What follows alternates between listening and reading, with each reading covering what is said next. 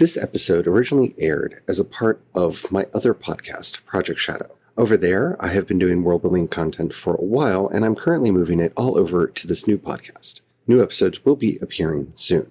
I am currently making all of my old content, including Worldbuilding 101 and Worldbuilding 201, available on this podcast as Season 1 and Season 2 of Mythweaving. I hope you enjoy, and don't forget to have the fun.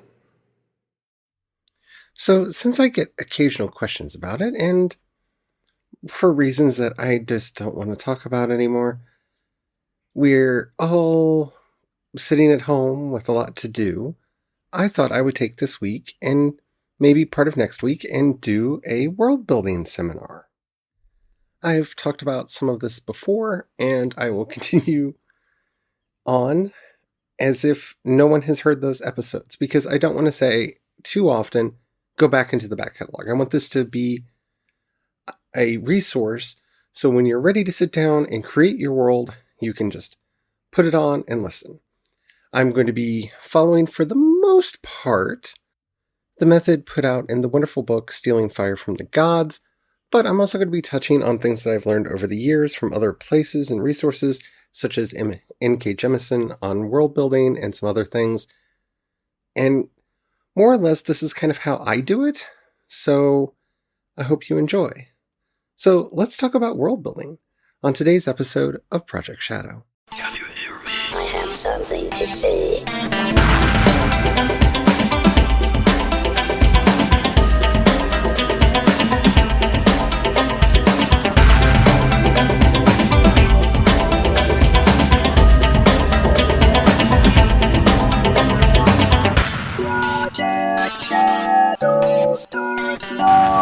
Hello everyone, how are you doing today? My name's Charlie. You might know me better as sci-fi fantasy writer C.E. Dorset, and today we're going to be talking about world building.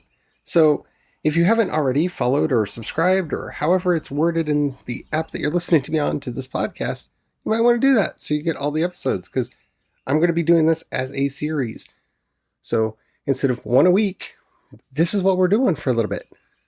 Hope that's all right with y'all.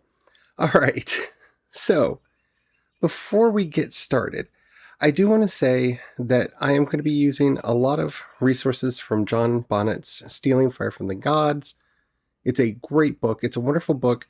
And what I'm going to be saying and talking about is no real substitute for having read that book.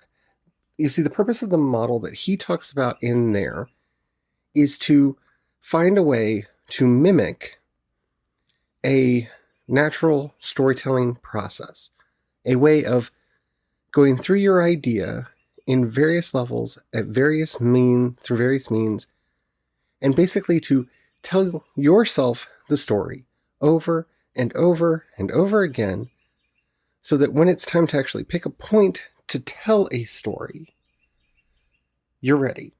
So this is going to really be about world building and not about story building. That's a separate thing. That's a thing that happens after this.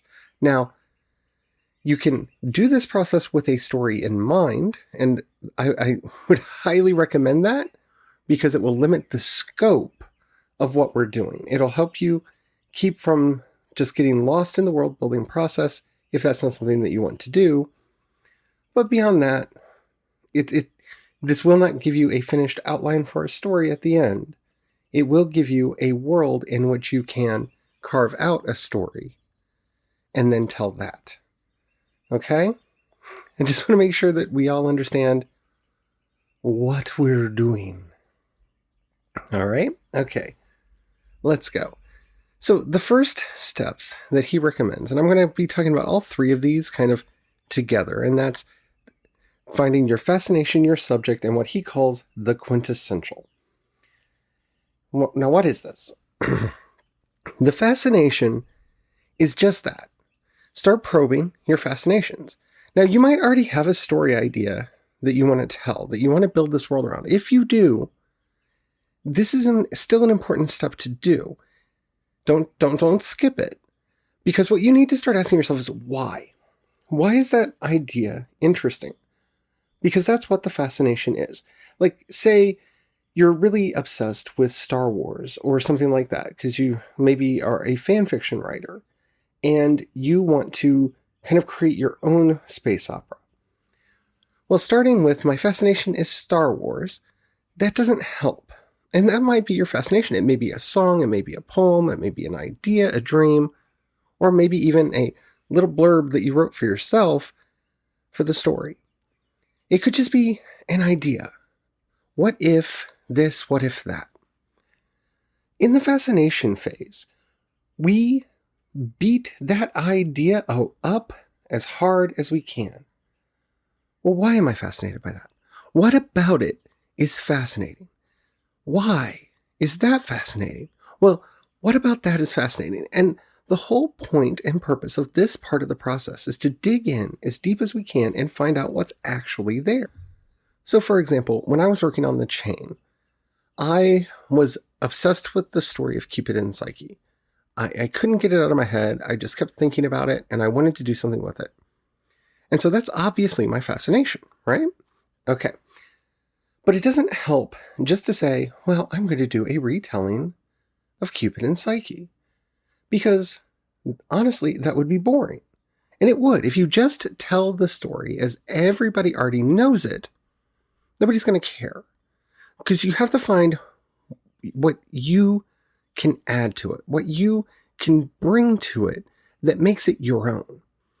So as I'm looking at the story of Cupid and Psyche, there were a couple of aspects that I found really fascinating. One, Psyche makes Aphrodite jealous. Venus is jealous of her because she's so beautiful that people are starting to worship Psyche rather than Aphrodite. And Aphrodite just can't have it. She just can't have it. And that's a part of the story that often gets missed when you see a lot of retellings of the story. And the one that you're probably most familiar with is Disney's Beauty and the Beast, which is a retelling of the story of Cupid and Psyche. They skip that part. Almost all retellings of this story skip that part because, well, what could they be jealous of that causes them to get locked away? But that's the part that really fascinated me. She angered the gods. She angered the religious institutions of her day and was thus sequestered. All right, okay. So let's look into that. Let's dig in there. Why am I fascinated by that? Because what started as a punishment ended up as a reward. Well, that's interesting, and that's an interesting bit of irony, isn't it? So what about that is interesting? And more questions, and why do I care? And why am I just unable to get that out of my head? You dig through. And then you go on to the next part. Well, what about that is interesting? Why is it fascinating to me that Cupid would only come to her, Eros would only come to her at night and would not let her see his face? And, well, if you know the original Greek version of the story, it's not because he was hideous. He wasn't a monster. He just didn't want her to realize that he was a god. He didn't want her to realize who he really was. He didn't want her to see his true face. Oh, well, see, that's interesting. And that's different from most of the Beauty and the Beast style versions of the story that I usually read. Okay. And on we go. And this is the process of dealing with your fascination. Not just taking it on face value, right? Well, I like sword and sorcery. Well, that's great. I do too. But why? What specifically is it that makes you like it? What specifically about it draws you to it and holds you there? Because that's what a fascination is. A fascination is something that just grabs onto you and won't let go. So what is it that's grabbed you? What has put its hands on you and just shaking you to your core and said, no, this is what you're going to pay attention to. This is what you're going to be doing. Pay attention here. Look at me. And finding out what the actual things are, not the surface gloss, but deep down in it. When you dig in, what is actually there that makes you want to tell that story. And you'll start making lists, and you'll start developing other ideas, and you'll start seeing all these little kernels, all these little things that make you interested. Now, they may, if you're lucky, all start webbing together. You may start seeing, oh, these are all aspects of the same thing. For me, with the Cupid and Psyche story, I started seeing that the things about it that I was most fascinated with was this idea of appearances. Appearance is such an important thing in this story. It's not that Psyche had these magical powers that caused people to worship her instead of the god. Aphrodite, right? It's because she was so beautiful. It was her appearance. And it was Aphrodite's vanity that caused her to be upset. Again, obsession over appearance. One by one by one, right? Cupid would not let her see his face, because if she did, she would know he is a god and would have no choice but to love him, right? So all of these things are coming into the story, and they're all based on appearance. So all of a sudden, I've drilled down through all of these different fascinations, and I found their core, their heart, the main thing that they all hang off of that fascinates me. Now, I have found my subject. Once you find your subject, you have a whole new host of questions to start asking yourself. You have a whole bunch of other questions to start going into. Because once you've decided, oh, there it is.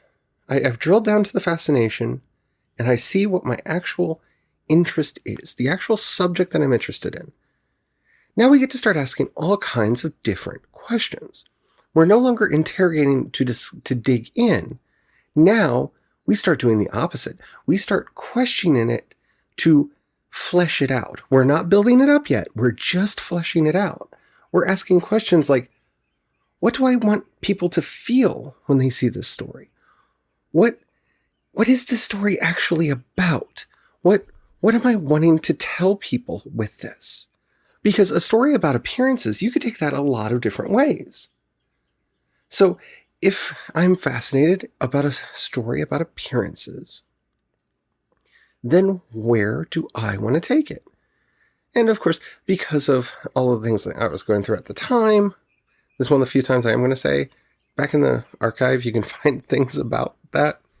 I'm not going to go into it here. I will go into the future if you guys want, but not right. I decided that the most interesting thing that I could do with a story about appearances would be to make it take place at a drag bar, where no one is exactly what they seem.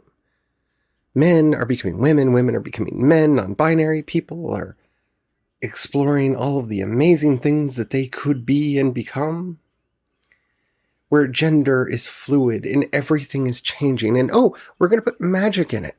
So there are fairies and dragons and all manner of things that don't always look the way you expect, don't always act the way you expect.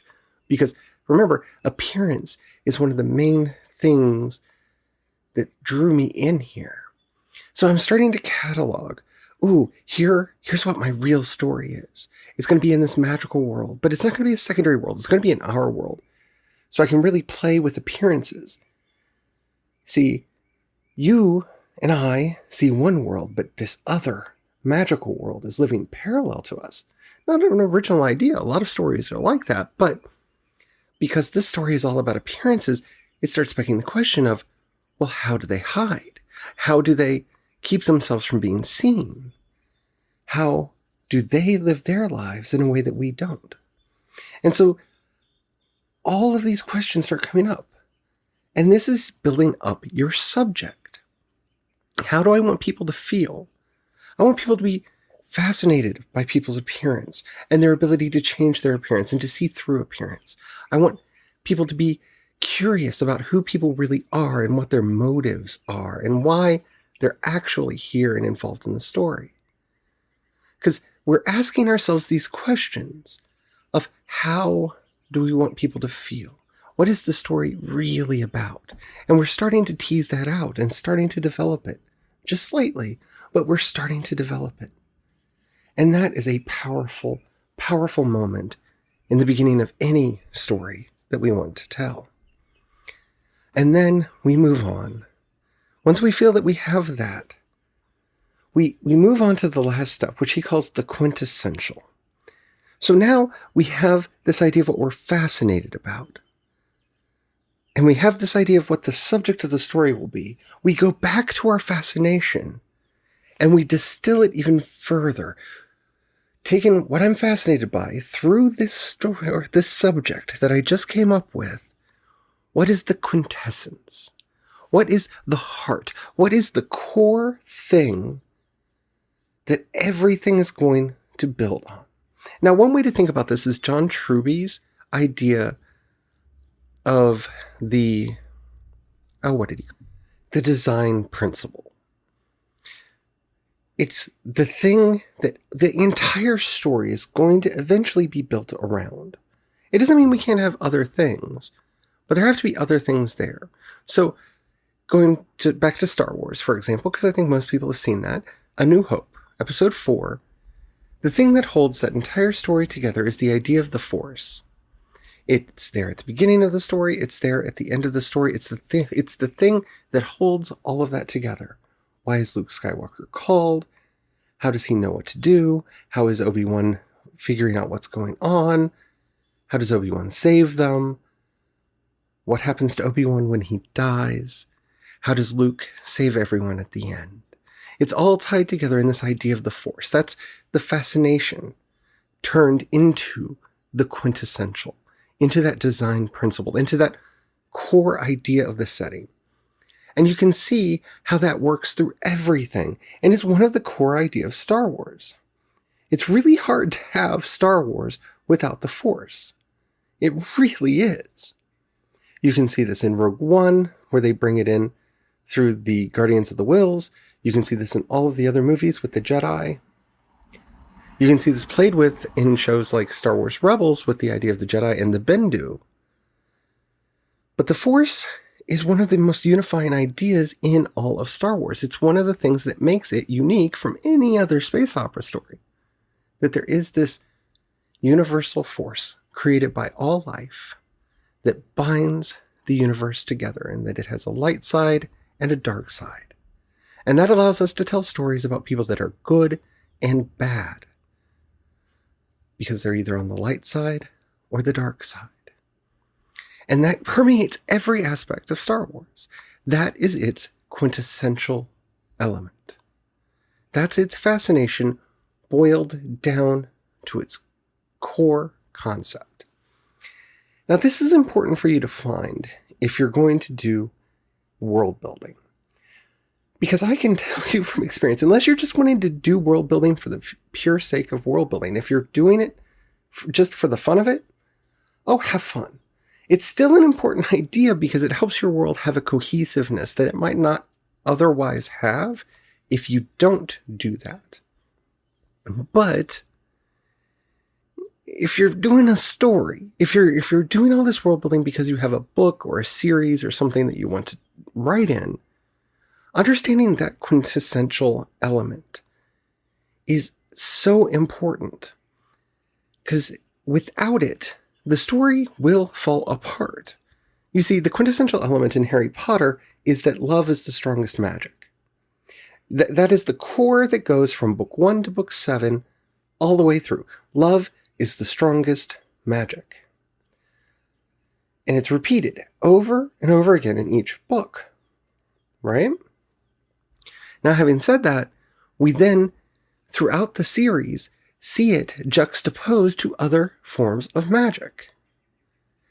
Harry could not have won the Triwizard Tournament if it wasn't for the love of his friends, who protected him and helped him through the love of strangers like Cedric Diggory, through the blind devotion that a Death Eater had to he who must not be named. All of these aspects of love help him win the Triwizard Tournament. Love is the most powerful magic. And thus all of our stories in every book in the Harry Potter series deal with love. It is the element that holds it all together. So that's our first process, and it's a very important one to go through, and it's one that most world building systems skip. And this really is the fire that you're stealing from the gods, because it's going to make everything else a lot easier to figure out and a lot easier to do. So remember, we start with our fascination. What are we interested in? We barrage it with questions until we get an idea of what we actually care about there. Then we filter that into the story we want to tell and how we want it to make people feel. And then we filter our original fascination back through that story idea. And that's the first 3 steps of world building. And that can take anywhere from a couple hours if you're really, really inspired, to weeks to months. Don't feel that you have to rush it. It will take the time that it takes, and it's so important to get it right. Tomorrow, we're going to go on to the next step, the next stage in world building, and actually start building more of the world. But it all is going to hinge on having this first step, this idea, this design principle figured out. All right? I hope you enjoyed this episode. If you did and you haven't already, please do rate this podcast in whatever app you're listening to me on. If you don't have the ability to rate it, maybe share it with some people you think would like it. Maybe a writing group that you're in. Because, like I said, right now, this is all going to be a series, and I will be creating a playlist on Spotify because they let me do that will have all of these episodes in it. Thank you to everybody who shares it and rates it and everything. Y'all mean the world to me. I really hate to say this because I know everybody's having trouble, but I would simply note that links to my Patreon and the listener support are in the show notes should you want to help us out in these times. I guess I should say amid these times, because that is our buzzword right now, is it not? If you have any questions, comments, or topics you would like to hear discussed on the show, especially as we're going through world building, if there's something that you did not understand in one of these episodes, either go to the show notes and click the voice message link. Keep it short, keep it clean so I can use it on the show. I would love to hear from you and answer your questions.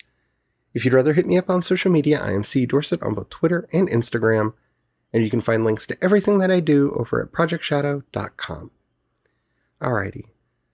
I hope you're doing well. Stay safe. Stay well.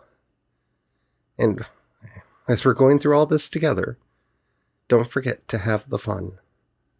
Bye.